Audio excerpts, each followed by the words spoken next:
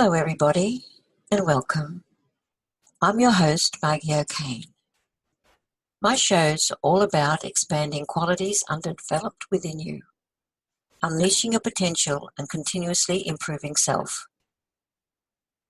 This is another in a series about a blueprint for a life of significance, a guide to continuously recode your life.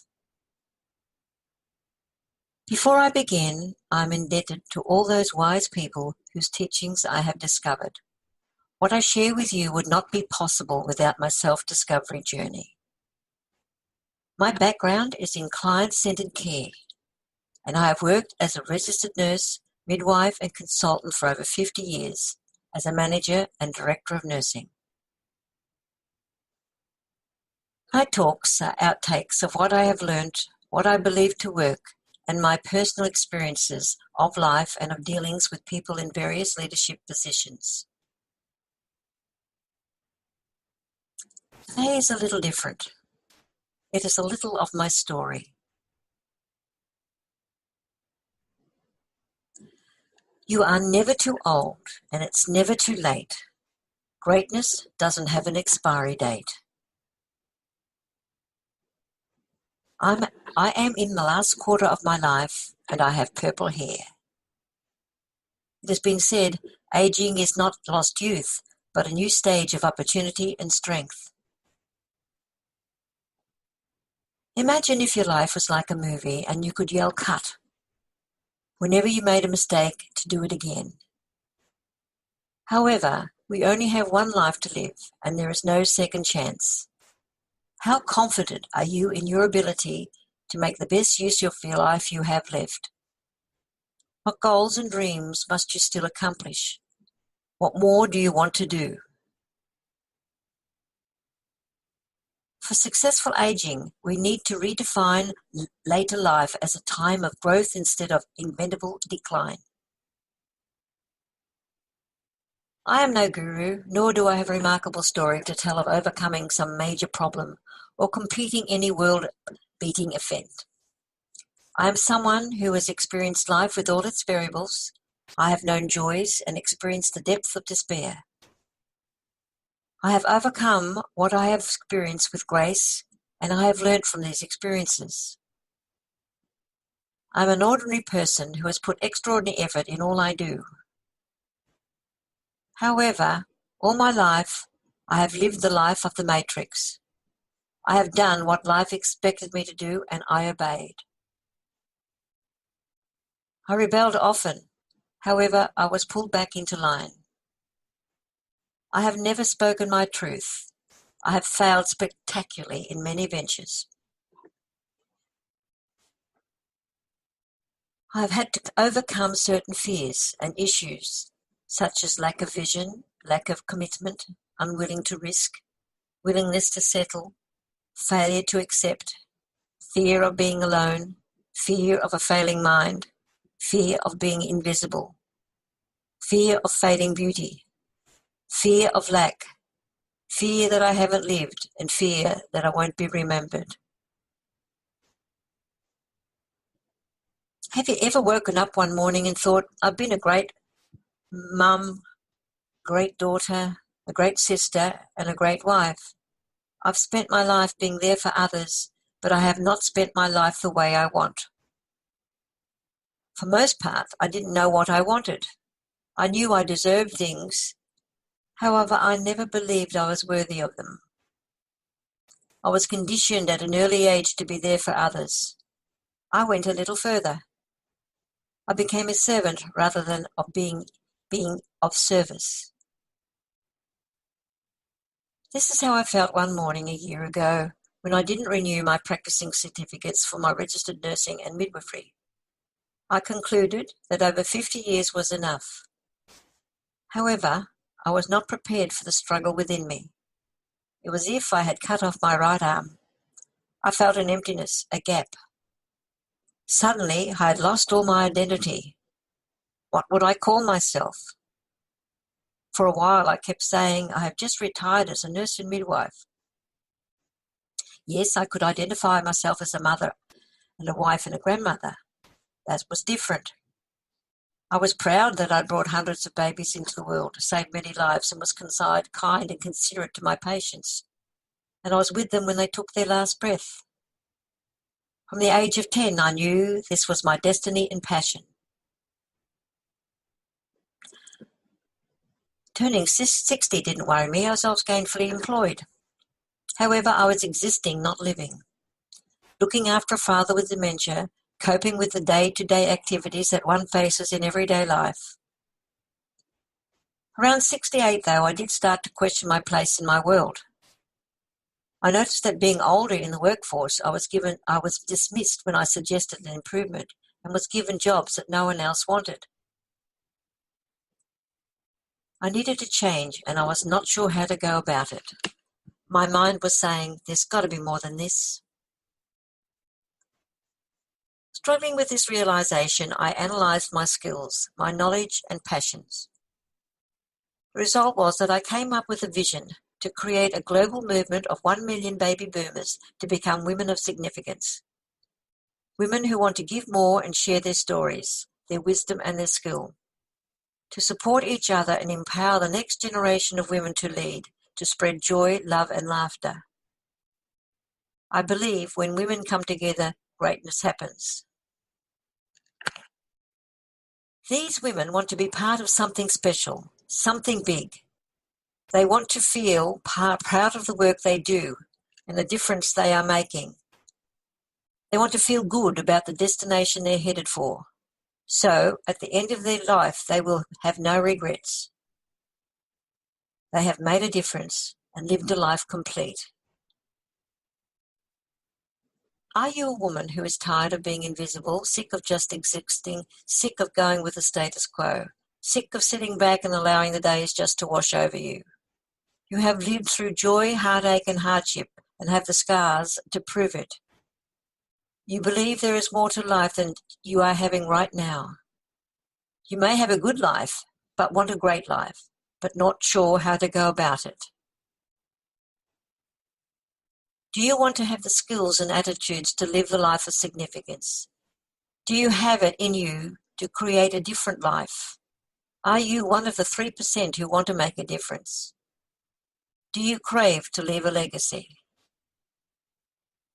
Do you want to spend the next 10, 15, 20 years being an inspiration to yourself, your family, and your communities? Do you want to put your aches and pains on the back burner and share your wisdom with the world to be remembered and leave a legacy? If this is you, please keep listening. It has been said that we're the lucky generation. We are living longer and have more resources than our parents or grandparents had. It is what Mary Bateson calls the age of active wisdom. It gives us impetus to do something meaningful from the wisdom of over 6 decades of experience. We have the best years of our lives in front of us. For this to happen, though, it takes courage, resilience, enthusiasm, and the will to change yourself. Growing older gives us the permission to be, do, and have what we want, not what is expected of us. Now is not the time to sit still. As baby boomers, we blazed the world in the 1960s and 1970s. Now it is time to blaze the world in our 60s, 70s, and 80s, and even longer. We need to plough through feeling invisible, plough through aches and pains, and create that legacy we dreamed of as younger women.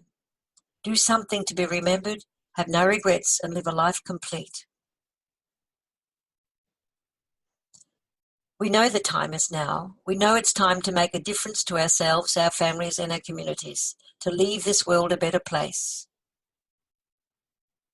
Let us find a vision for our last years. Let us understand the values that drive us. Let us have our confidence return. Let us think big and show the world our emotional strength. Let us find our true selves. We need to grow into our gifts. We have so much more to explore at our age. We don't need to worry about what others think. Now, life should be living under our terms, not someone else's. Don't let others tell us how to live our lives. Do as we please and don't apologize for anyone for living your life. Remember, We are a valuable resource of knowledge and experience. Think of all the technical, historical, global and social changes we have witnessed. We grew up in a time when television was new. We survived lead paint, no helmets on bikes, no seatbelts, the school strap, house chores, and we're still here to tell the tale. As we reach our 60s and 70s, we cannot afford to sit still. No one is going to change our lives for us. If we want to build the future that we deserve, we need to do it ourselves. This means that we need to change our mindset. We can't afford to see retirement as a time for sitting still and relaxing. We need to keep our minds sharp and our bodies fit. Time is growing short. There are unexplored adventures ahead of us. We are at the age of life as grown women that we have stopped worrying about what other people think or following rules. It is time to follow our own rules and decide on whose opinions you want to listen to. Decide not to let others' opinions dictate your life. If people disrespect us, it's time to speak up. Decide to get rid of any toxic relationships that we're hanging on to. Laugh and learn from our mistakes. Not to be sheep. Go solo if we must. Decide that our bodies are perfect as they are. Decide to dress how we want. Stop worrying about not being in control. We were born worthy of love and belonging. It is time to show up and be seen. Your life and time is precious, so make the most of each day. Take care of your needs first. You need to get a little selfish. Get out of your comfort zone. Do something every day that scares you. You'll not grow as a person if you don't. Be passionate in everything you do. Be a role model for all women. Let go of the things you cannot control. There is no such thing as perfection. Laugh at yourself. Live your values and show gratitude in the small things as well as the big things. People will remember you by the way you made them feel, not what you did for them. We can do anything that we set our minds to. We just need to believe in ourselves. Life should be living it under your terms, not someone else's. Don't let others tell you how to live your life. Don't listen to the media telling you what you need to buy or do to live a life of happiness. Do as you please and don't apologize for anybody for living your life. In 2007, the Dalai Lama said to me, "Have no regrets. Put meaning in what you do and have a peaceful mind."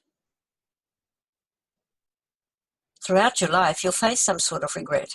However, the question is, would you rather regret doing something or not doing something? Personally, I would rather regret doing something than regret not doing something. I would rather beg for forgiveness than ask for permission. However, it wasn't always like this. I have been blessed to have nursed the dying, and they have taught me how to live. I have never heard them say, "I wish I had stayed at work more." It was that they wished they had the courage to live lives true to themselves, as opposed to the lives of others, what others expected of them. Let that sink in for a moment. These are not philosophical or hypothetical ponderings, but rather real-life reflections from people who knew they were down to their last moments. These people didn't live the lives they wanted to live. They felt a call to adventure or a call for a path that challenged and fulfilled them, and yet refused the call because they didn't want to ruffle any feathers or were scared of what that path might reveal. They instead chose the easy, safe, non-conflicting path, a life that others expected them to live, but now they would give anything for an extra life or to try again and take the more adventurous route. We are stuck in the Matrix. I'll never forget that jaw-dropping scene from The Matrix in which the story's hero, Neo, learns what the Matrix is. He wakes up in the real world and discovers he's been living his entire life inside a computer program designed